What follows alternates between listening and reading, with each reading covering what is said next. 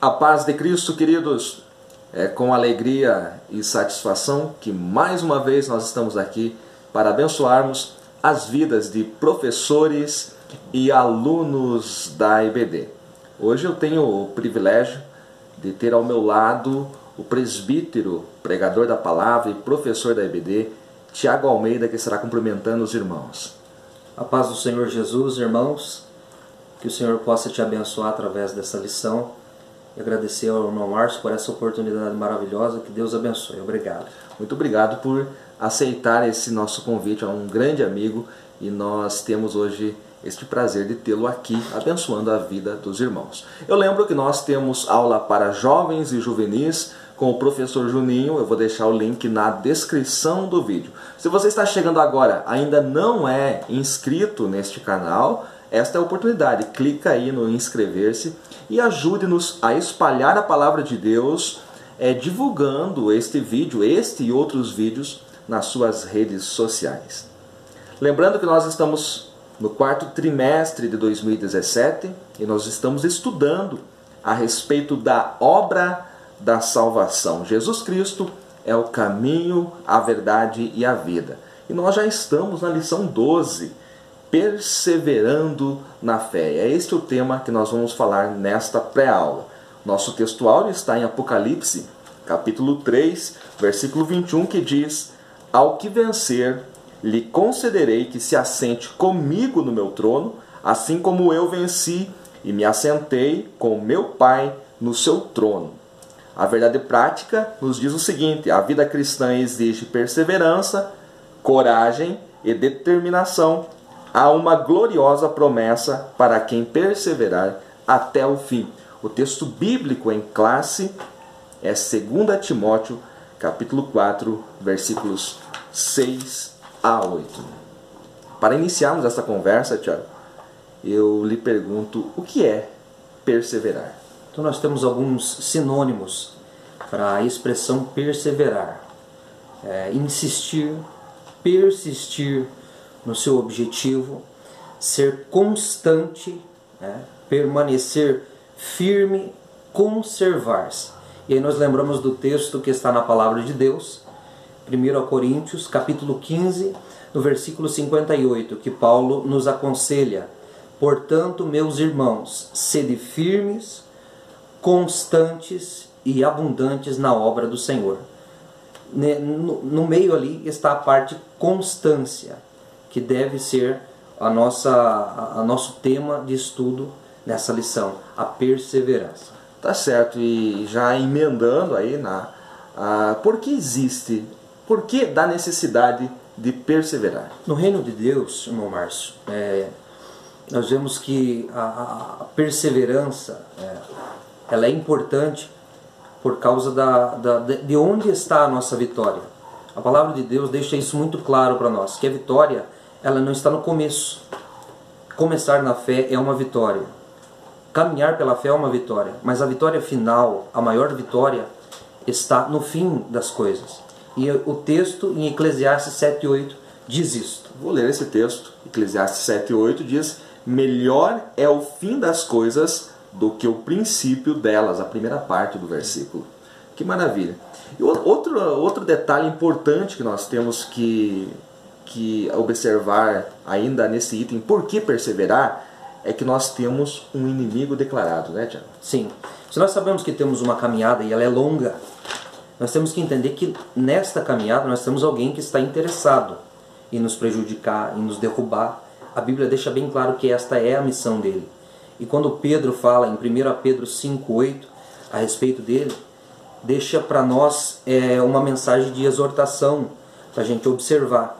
A Bíblia diz que o diabo, o irmão tem a referência... O diabo, vosso adversário, anda em derredor, bramando como leão, buscando a quem possa tragar.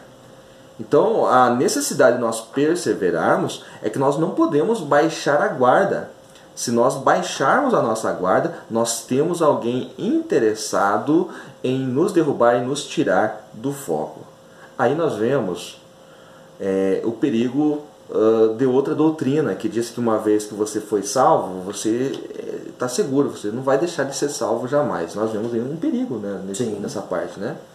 O apóstolo fala, na mesma 1 Coríntios 10, 12, um texto importantíssimo que vem de encontro a essa situação. Ele deixa bem claro, você pode estar de pé, você pode estar escolhido para estar de pé, você foi marcado para estar de pé, mas a Bíblia te avisa, quem está de pé, cuide para que não caia. Então vamos recapitular. E por que a necessidade de perseverar? Porque, em primeiro lugar, a vitória está no fim. Em segundo lugar, porque nós temos um inimigo declarado, que é o diabo, nosso adversário, conforme Pedro nos diz. E nós temos o dever de perseverar, porque a própria palavra de Deus nos nos manda a perseverarmos na fé. E nós vamos ver um texto aqui, Tiago, que está em Judas. Judas só tem um capítulo, portanto o versículo de número 3. Amados, procurando eu escrever-vos com toda a diligência acerca da salvação comum, tive por necessidade escrever-vos e exortar-vos a batalhar pela fé que uma vez foi dada aos santos. O que eu falar sobre isso? Batalha, né? Isso é bem claro, não está falando de sombra, de água fresca, não está dizendo para nós que é você sentar num navio de cruzeiro e curtir a viagem. É uma batalha, isso tem que ficar claro para nós. A Bíblia não brinca, Judas não brinca quando ele escreve isso. É uma batalha que tem que ser vencida diariamente por todos nós que servimos a Deus. E o mesmo apóstolo Judas, ele complementa este pensamento no versículo 23, quando ele diz: e salvai-vos alguns com temor, arrebatando-os do fogo. Olha, então podemos ver que nós estamos numa guerra, né? O inimigo tem o interesse sim de derrubar aqueles que um dia se encontraram com Cristo. Então nós devemos perseverar. Essa doutrina que você não precisa fazer nada, só ficar na sombra e na água fresca esperando aí, porque está garantido a tua salvação enquanto você está em Cristo. Amém? O segundo item, o segundo tópico da nossa lição, melhor dizendo, é o perigo da apostasia. O que é apostasia? Então a nossa lição mesmo nos informa ali que vem do grego apostasis, que significa afastamento, remonta ao abandono premeditado e consciente da fé cristã. Então o pecado ele conduz à apostasia. E a apostasia traz a insensibilidade à ausência de Deus, nos torna insensíveis à voz de Deus. Qual é o exemplo que nós temos disso na Bíblia Sagrada? Existe um texto que está registrado em Juízes, o livro de Juízes, capítulo 16, versículo 20. O irmão Márcio vai ler, nós gostaríamos de comentar a respeito dele. Disse ela: os filisteus vêm sobre ti, Sansão. E despertou ele do seu sono e disse: sairei ainda esta vez, como dantes, e me sacudirei, porque ele não sabia que já o Senhor se tinha retirado dele. Então, perceba o que nós estamos querendo dizer para você aqui. Se nós podemos apontar alguém na Bíblia Sagrada como predestinado para uma missão especial, esse alguém é Sansão. Nós temos outros exemplos, mas nós gostaríamos de deixar claro aqui a vida de Sansão. Ele foi incumbido de uma missão mesmo antes de nascer. O anjo do Senhor apresentou-se à mãe de Sansão e ao pai de Sansão, deu a eles uma missão de criar aquele filho, porque ele teria a missão de ser o libertador de Israel. E conforme a promessa, se nós formos discorrer todo o livro, que nós não vamos fazer agora, nós vamos ver que o Espírito de Deus começou a se apossar desse moço chamado Sansão. Só que em meio à sua caminhada, ele começou a brincar com o pecado. E nessa brincadeira, o primeiro erro que ele cometeu, alguns ele cometeu, mas nós gostaríamos de apontar um que ele violou o seu voto do nazireado, que foi tocar em uma coisa morta. Perceba que o texto em Juízes 16, 20 diz que ele não percebeu que o Espírito do Senhor se afastou dele. O Espírito do Senhor não se afastou dele quando ele tocou numa coisa morta. E a lição deixa claro que a apostasia não é um pecado acidental. Tropecei, pequei, caí da graça. Não se trata disso. Se trata de uma sequência, de uma soma de coisas que vão cauterizando a nossa mente, a nossa consciência, e lá na frente, quando nós estamos totalmente insensíveis, aí Satanás trabalha para nos tragar, porque nós já não perceberemos quando o Senhor se afastar de nós. Então veja o exemplo que o professor está trazendo. Está falando de um homem que era nazireu. Talvez alguém esteja assistindo e não saiba o que é nazireu. Nazireu era alguém separado. É importante que o anjo do Senhor que vem falar ali com Manoá e com sua esposa, ele diz que o menino será nazireu, consagrado ao Senhor. O nazireu ele não poderia tocar em nada que morto, né? Não poderia, porque ele era consagrado ao Senhor. Ele não poderia tomar o fruto da vide, nem sequer comer uvas, né? Nem beber do vinho, jamais. E ele não poderia também cortar o seu cabelo ou rapar a sua barba, porque ele era por inteiro consagrado ao Senhor. Então, se tem exemplo de alguém, conforme o professor disse, que era predestinado por Deus a executar uma missão, este alguém era Sansão. Um homem tão forte, mas que não conseguiu dominar a si mesmo. Então, esta liberdade que Deus dá ao homem, o homem é livre. O homem sempre, Deus criou Adão e colocou Adão livre lá no Éden. Tudo que Adão fez, ele fez porque ele era livre, ele tinha liberdade de fazer isso. E ao contrário do que muitos dizem, a queda não tirou o livre-arbítrio do homem, a liberdade de escolha do homem. Porque se tivesse tirado, Tiago, seria um contrassenso eu ver Deus falando ali para Israel, para o seu povo, escolher entre o caminho direito, o caminho certo, o caminho errado. Se escolheres a esquerda, se escolheres o errado, virá consequência. Se escolheres o certo, como que vai escolher se não tem livre-arbítrio? Então é claro por toda a Bíblia, depois da queda, que o homem continua tendo o livre-arbítrio. Outro detalhe importante que nós observamos aqui, professor Tiago: uma vez salvo, se esforce para não perder a salvação. O que dizer sobre isso? Nós escutamos alguns ditados, alguns chavões, como se diz por aí, né? Uma vez salvo, para sempre salvo. Será que isso está em concordância com a palavra de Deus? Note que Jesus, quando ele fala com seus discípulos no Evangelho de Mateus, capítulo 11, versículo 2, um texto bastante conhecido, ele fala que o reino de Deus é tomado por esforço. Então, se você alcançou a salvação, siga esses conselhos que foram dados aqui, que estão na palavra de Deus. Se esforce, batalhe, use a sua perseverança no caminho do Senhor, porque você tem que entender que existe alguém que quer te tirar daí. E nós só vamos receber a recompensa do Senhor se efetivamente nós cumprirmos o que está em Apocalipse 3 e 11, que ao que vencer, não é ao que for até a metade do caminho, não é aquele que fizer alguma coisa, não, é aquele que chega até o fim, né? Paulo deixou bem claro isso, não é mesmo, no Márcio? Em Timóteo. Isso. 4 e 7, 2 Timóteo. Muito bem lembrado, porque é o nosso texto da lição, né? O texto bíblico que Paulo escreve em 2 Timóteo capítulo 4, lembrando que ele está ali numa prisão. Não é a mesma prisão lá de Atos 28, porque de lá ele vai sair. Então não é a mesma prisão que Lucas relata em Atos 28. Isso aqui é uma outra prisão, daqui Paulo não sai.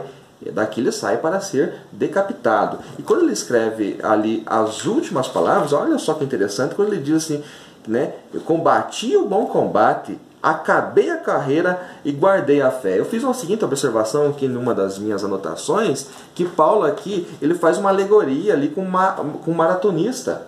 Porque naqueles dias já existia, é importante lembrar, os Jogos Olímpicos na Grécia, né? A Grécia é o berço dos Jogos Olímpicos, então já existia essa questão das grandes maratonas em Atenas. E em cima deste cenário grego, Paulo escreve assim, combati o bom combate e acabei a carreira, ou seja, eu terminei a corrida, porque não basta alguém liderar uma corrida por um bom tempo de prova e não chegar ao final, né? Vamos dar um exemplo prático disso?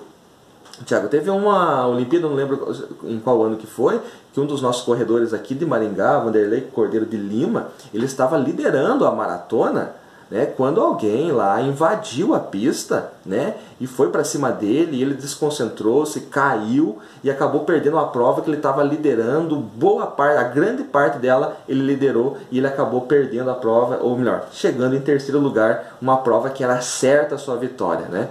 Um ato lamentável. Então não basta liderar a corrida, não basta correr até 80, 90% da prova. Precisa terminar a carreira. E é esse cenário aí olímpico que Paulo tem em mente quando ele escreve essa palavra aí, lembrando o maratonista que chega até o final. E olha só o que ele diz no verso 8. Desde agora a coroa, porque o que o maratonista ganhava quando ele chegava ao fim da prova? Ele ganhava uma coroa, né? Não era uma coroa de ouro, não. Era uma coroa, né, que muito simples, né, que eles colocavam ali apenas como um ato simbólico que aquele homem tinha vencido a prova. Então esse é o exemplo de Paulo, né? Muito bem.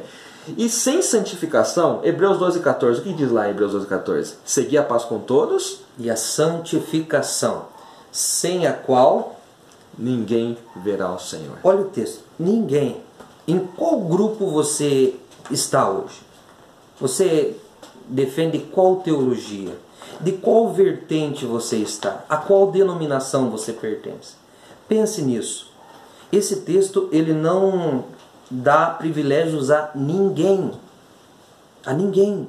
Então é importante nós entendermos que predestinados ou não, capacitados ou não, crentes ou não, sem a santificação, ninguém verá ao Senhor. É importante que a gente entenda, para finalizar a minha parte nesse tópico, para você entender que a Bíblia deixa um conselho bastante prático. Ah, mas eu não vou me apostatar, mas é só uma brincadeirinha, só uma... Provérbios deixa para nós muito claro que aquele que zomba do pecado é louco. Tá? Então é muito importante nós entendermos isso. Salomão fala em Provérbios 14, 9, a parte A. Não zombe do pecado, porque o que zomba do pecado é louco. Então fica aí a nosso alerta. Primeiro tópico, sobre a perseverança. Aí você entendeu o que é perseverar e o porquê perseverar. O segundo tópico ali, o perigo da apostasia. É bom que você, aluno, você que vai dar aula, se aprofunde nesse assunto aí. Lembrando, Tiago, nós estamos apenas apontando alguns conceitos. Aí em 20 minutos, 25 minutos, apenas levantando umas questões que os professores aí, guiados pelo Espírito Santo, com certeza vão expandir, vão ter muitos argumentos para rechear aí esta aula e será uma bênção a sua aula. Muito bem, nós temos o terceiro tópico, que é a respeito da segurança em Cristo, né? Então, e isso daqui, nós, voltando ao assunto clássico, né, que eu tenho falado aqui nas últimas videoaulas, sobre comparando aí o calvinismo com o arminianismo, é impossível fugir desse assunto, né? Então, o quinto ponto do calvinismo diz a respeito da perseverança dos santos, que é isso que nós já citamos aqui, uma vez salvos, sempre salvo. Já no arminianismo, o quinto ponto é a segurança em Cristo. Então a salvação, ela é certa enquanto a pessoa, enquanto o crente está em Cristo. Esse é um detalhe importante. Nós temos aqui a seguinte abordagem. A porta que estava fechada, a porta da graça, agora ela está aberta, mas entrar é uma escolha. Então, Tiago, com isso elimina aquela hipótese da eleição incondicional. Né? A porta está aberta, você tem a liberdade de entrar, né? Mas este entrar ou não é a sua escolha. Lembrando que a graça ela pode ser sim resistida, né? Deus derrama a sua graça, mas quantas vezes, talvez você, professor, já foi evangelizar e você entregou o folheto na mão de alguém, falando do amor de Cristo de forma carinhosa, inspirado pelo Espírito Santo, e essa pessoa pegou o folheto da sua mão, simplesmente rasgou, amassou, jogou no lixo, né? Então a pessoa não está agredindo a você, a pessoa está resistindo à graça de Deus. Então aqui nesse último tópico, Tiago, o comentarista fala que nós devemos, né, ter a alegria da salvação, uma vez que nós fomos salvos, né? E nós devemos viver, estar na presença de Deus sem medo, sem culpa, mas com alegria. O que falar sobre isso? O primeiro ponto, sem medo. Nós não temos mais nenhum medo, pois o texto sagrado, em 2 Timóteo capítulo 1, versículo 7, diz: porque Deus não nos deu o espírito de temor. Então não há em nós mais o temor, porque o sangue de Jesus Cristo nos purifica de todo o pecado. Por isso nós perseveramos na fé. E nós temos também as palavras de Paulo em Romanos, capítulo 8, versículo 1, quando ele começa aquele capítulo, né, dizendo que agora já não há nenhuma condenação há para os que estão em Cristo, né? que não andam segundo a lei, segundo a carne, né? Mas andam segundo o Espírito. Não há mais condenação. Isso é muito importante nós observarmos. Agora, um texto clássico que nós vamos trazer aqui, Tiago, e nós vamos falar um pouquinho a respeito dele, é o texto que Paulo escreveu aos Efésios. Então aqui, por que nós devemos ter essa alegria? Porque a nossa herança está garantida em Cristo, né? Então o único que pode fazer com que o homem perca a salvação é ele mesmo, né? É ele mesmo. Porque a salvação realmente ela é garantida em Cristo. A herança está garantida. E aqui nós vamos trazer um texto de Paulo que está em Efésios. O que diz aí, Tiago? Efésios 1, versículos 13 e 14. O início do versículo 13 diz assim: em que também vós estáis, depois que ouvistes a palavra da verdade, o evangelho da vossa salvação, e tendes também nele crido, foste selado com o Espírito Santo da promessa, o qual é o penhor da nossa herança. Olha aí. Então, o que é penhor? Penhor é uma garantia. Quando alguém precisava de uma garantia, então a pessoa que estava ali negociando, ela trazia algo como penhor, né? Que até que aquilo que ela está dizendo que vai fazer se cumpra, ele tinha o penhor, né? Que era a garantia, né? Então o penhor era a garantia até que a pessoa pagasse. Então o que Paulo está falando aqui, e é uma promessa de Cristo também, quando ele fala de penhor, que o Espírito Santo é a prova de que a promessa de Deus ela não falha. O Espírito Santo é o penhor, é a garantia que a promessa vai se cumprir. Sabe o que eu me lembro, irmão Márcio? Um dia, quando Davi orava, ele clamou a Deus e disse: não me deixes perder a alegria da tua salvação. Salmo 51, não é? E nem me retires de mim o teu Espírito Santo. O Espírito Santo é o nosso penhor, mas atenção, a Bíblia dá a possibilidade, se nós não andarmos segundo a vontade de Deus, que nós percamos a presença do Espírito Santo. Não por culpa de Deus, mas porque nós nos desviamos do caminho. Então fica um ponto de atenção para todos nós. Muito interessante essa observação, que Davi, depois de cometer ali um pecado terrível, ele sabe que o Espírito Santo será tirado, porque o Espírito Santo não comuna com o pecado. Então a oração dele não é para que não perca o reino. A oração dele é para que o Senhor não retire dele o seu Espírito.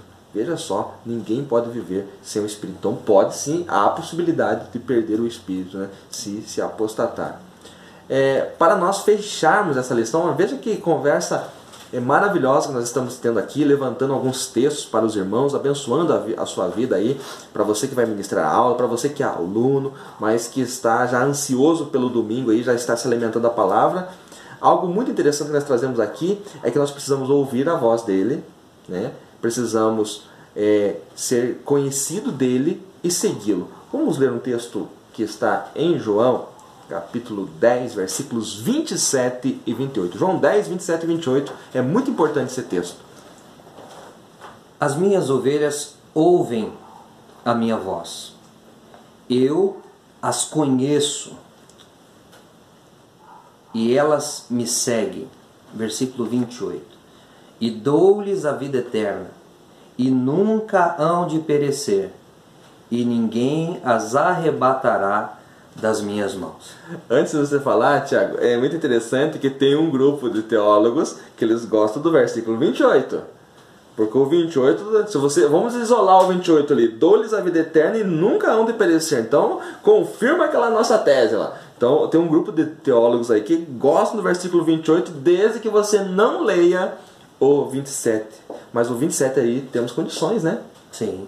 Quais são essas condições? As minhas ovelhas ouvem a minha voz. Primeiro ponto, ouvir a voz. Segundo, eu as conheço. Notem que não é que Jesus diz que ele nos conhece, não é nós simplesmente que conhecemos ele. É ele que conhece. E em terceiro, e elas me seguem. Então tem a Bíblia é clara, queridos, nós não podemos inventar. A Bíblia está aí mostrando que o homem tem que responder, tem que andar digno da vocação, de que foi chamado por Cristo, né? Você não é um robô.